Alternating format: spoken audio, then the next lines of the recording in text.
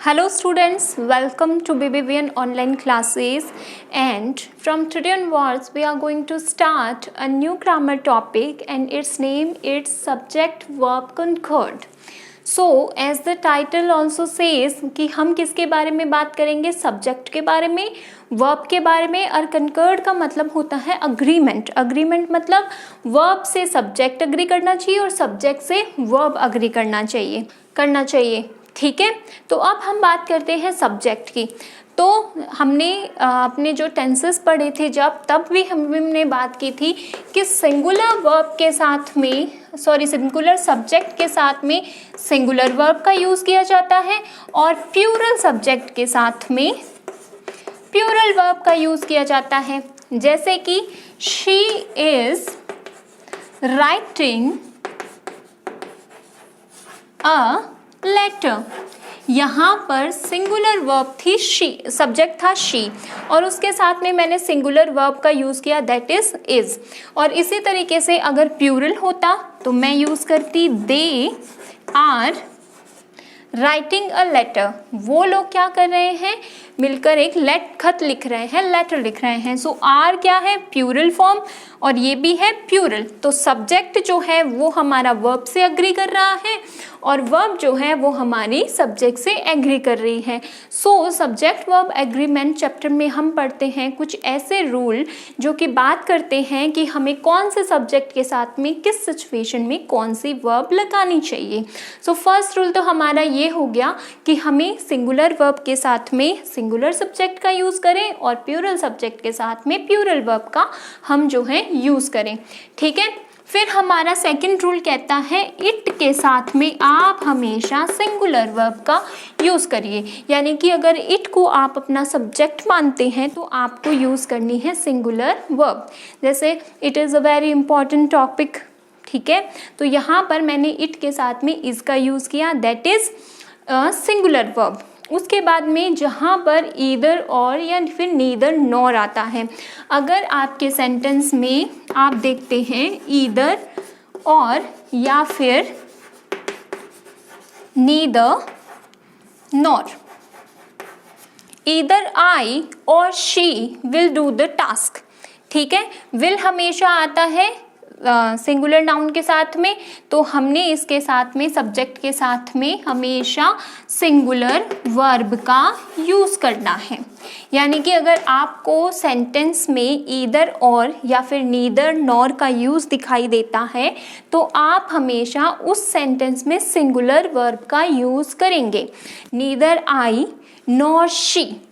ठीक है, इसके बाद में हैज़ एनी कार्ड्स, ना ही इसके पास में और ना ही मेरे पास में किसी तरीके का कोई कार्ड है। तो जहाँ पर सेंटेंस में ईदर और नीदर और आता है वहाँ पर आपको सब्जेक्ट के साथ में हमेशा सिंगुलर वर्ब का यूज़ करना है, ये रूल है। Then if you have two और मोर देन टू प्रोनाउन, ठीक है, टू मतलब सीता और मैंने ले लिया दूसरा नाम गीता, अगर इनके बीच में लगा हुआ है एंड, यानी कि दो सब्जेक्ट्स को, दो नाउन को, दो प्रोनाउन को एंड वर्ड से जोड़ा गया है तो हम क्या करेंगे, प्लूरल वर्ब का यूज़ करेंगे। ठीक है, यानी कि जब दो या दो से ज़्यादा लोगों को एंड वर्ड से कनेक्ट किया गया है तो उस सेंटेंस में आप प्लूरल वर्ब का यूज़ करेंगे। For example Sita and Gita are crying. ठीक है, यू, जहाँ पर हम सेंटेंस में दो सब्जेक्ट, दो नाउन या दो प्रोनाउन और उसको एंड से क्या कर रहे हैं, कनेक्ट कर रहे हैं, तो उस सिचुएशन में हम प्लूरल वर्ब का यूज़ करेंगे। ठीक है, फिर एक आता है देयर, देयर वर्ड THERE, ये हमेशा सिंगुलर और प्लूरल दोनों वर्ब को लेकर चलता है। ठीक है, अब आपको अकॉर्डिंग टू द सेंटेंस देखना पड़ेगा कि आपको सिंगुलर वर्ब का वहाँ पर यूज़ ज़्यादा सही है या प्लूरल वर्ब का। फॉर एग्जाम्पल था there have been many mistakes, वहाँ पर बहुत सारी गलतियाँ हैं। किसकी बात की गई है? बहुत सारी गलतियों की, तो मैंने हैव का यूज़ किया। लेकिन अगर मैं लिखती हूँ there has been a mistake, क्या करूंगी? यहाँ पर एक ही मिस्टेक की बात है, इसलिए मैंने देयर के साथ में हैज़ का यूज़ किया है। तो जहाँ पर भी हम देयर का यूज़ करेंगे वहाँ पर हम देखेंगे कि किसी प्लूरल की बात की गई है या सिंगुलर की बात की गई है, उसी के अकॉर्डिंग जो है हम सिंगुलर या फिर प्लूरल का यूज़ करेंगे। नेक्स्ट जो रूल है सब्जेक्ट वर्ब कंकर्ड का, वो है कि वो शब्द जो बोले ही प्लूरल जाते हैं लेकिन उनका मीनिंग क्या होता है? सिंगुलर होता है, वहाँ पर आप सिंगुलर नाउन का या सिंगुलर वर्ब का यूज़ करेंगे। फॉर एग्जाम्पल मैथमेटिक्स, ठीक है, मैथमेटिक्स है, गणित की बात हो रही है, तो मैथमेटिक्स हैज़ या फिर इज या फिर बात करेंगे सिंगुलर वर्ब में, ठीक है। इसी के साथ में मैं एक और वर्ड लिख देती हूँ पॉलिटिक्स, ठीक है, इसमें भी पॉलिटिक्स है, राजनीति है, एस लगा हुआ है, यहाँ पर भी हम हैज़ या फिर इसका ही यूज़ करेंगे। इट सिंपली मीन्स हम क्या करेंगे? सिंगुलर वर्ब्स का ही यूज़ करेंगे। क्यों? क्योंकि ये हमें मीनिंग दे रही है सिंगुलर नाउन का ही। मैथमेटिक्स गणित की बात हो रही है, पॉलिटिक्स राजनीति की बात हो रही है। तो ऐसे अगर वर्ड्स आते हैं जैसे स्टैटिस्टिक्स, ठीक है, वहाँ पर श्रेणियों की बात की जाती है। तो जहाँ पर ऐसे वर्ड्स आते हैं वहाँ पर आपको हमेशा सिंगुलर नाउन का ही यूज़ करना है। फिर हम बात करते हैं ऐसे वर्ड्स जो कि हमेशा यूज़ किए जाते हैं प्लूरल फॉर्म में, जैसे कि ट्राउज़र्स, ठीक है, ट्राउज़र्स हो गई, उसके बाद में सीजर्स हो गई। इनके साथ में हम क्या करेंगे? हमेशा सिंगुलर का वर्ब का यूज़ करेंगे।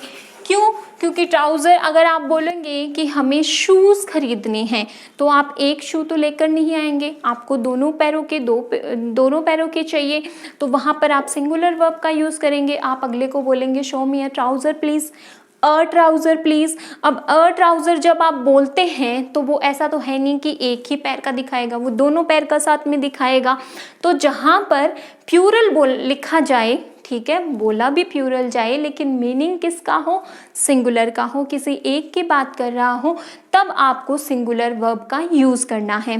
देन हमारा नेक्स्ट रूल आता है कि कई बार सिचुएशन में जो चीज़ें बिगिन होती हैं वो होती हैं अ क्राउड ऑफ, ठीक है, a herd of, a group of. इसके साथ में हम हमेशा सिंगुलर वर्ब का यूज़ करते हैं, ठीक है। अ crowd of people, a crowd of people gathered there, ठीक है, वहाँ पर लोगों का हुजूम जो है वो इकट्ठा हुआ था। यहाँ पर मैंने यूज़ किया है वर्ब की सेकेंड फॉर्म पास्ट टेंस पे। लेकिन अगर मैं बोलती हूँ कि a crowd of people was shouting there, was shouting there, यहाँ पर क्राउड ऑफ पीपल में कितने लोग आ गए? बहुत सारे, ठीक है, लेकिन आपने केवल एक वर्ड में उनको बोल दिया। तो जहाँ पर आप ऐसे वर्ड कलेक्टिव नाउन्स का यूज़ करती हो जैसे कि a herd of, a group of, a crowd of, वहाँ पर आपको किस फॉर्म का यूज़ करना है? सिंगुलर फॉर्म का ही आपको यूज़ करना है, सिंगुलर वर्ब का ही यूज़ करना है according to the subject verb concord rule. हमेशा याद रखिए कि सिंगुलर सब्जेक्ट के साथ में सिंगुलर वर्ब का यूज़ किया जाता है और प्लूरल सब्जेक्ट के साथ में प्लूरल वर्ब का यूज़ किया जाता है। ये डिफरेंस कहाँ पर आता है?